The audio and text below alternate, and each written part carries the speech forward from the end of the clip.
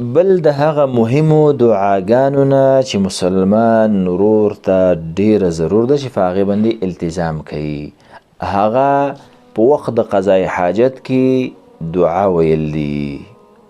قضای حاجت ته چې کله مسلمان ځي دغلته دعا ډیره ضرور ده. وجه دا د یو حدیث کې راغلی، نبي صلی الله علیه وسلم فرمایي ان هذه الحشوش محتضره، ای زما امت ته یقینا دا ځایونه د قضای حاجت دا محتضره، دې ته شیطانان حاضریږي، شیطانان دا د هغې مرکز دی، د مزی دی.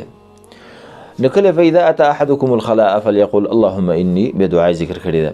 کله چې وی دې ته تاسو راځئ قضای حاجت ځي ته نو بیا څه وی دا دعا وی اللهم اني اعوذ بك من الخبث والخبائث.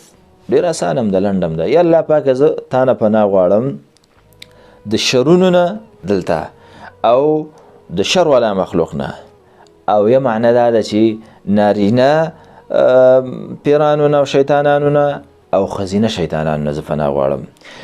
دلته ډیر واقعات تیر شوي دي پخوا، اوس به هم کې چاته پته نه لګي، ډیر حالات فیخیږي دلته دعای مسلمان نه ویلي مشکلاتو ته فیخیږي.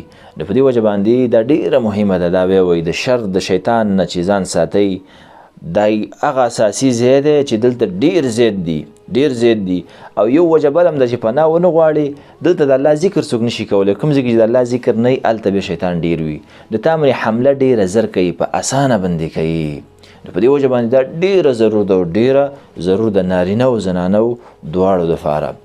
بیا چې کله سړی پاسېږي وځي نو بیا هم دعا شته دی. بل حدیث د ترمذي کې راغلی دی چې دا به سړی وایي غفرانک، یا الله زه بخښنه غواړم د تا نه.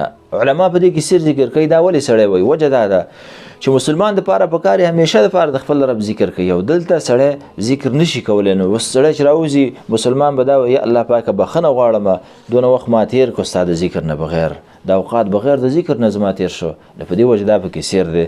نو خروج وتلو وخت کې دغه دعا او نه وتلو وخت کې دغه دعا ډیره ضرور ده، دا مه هېروئ.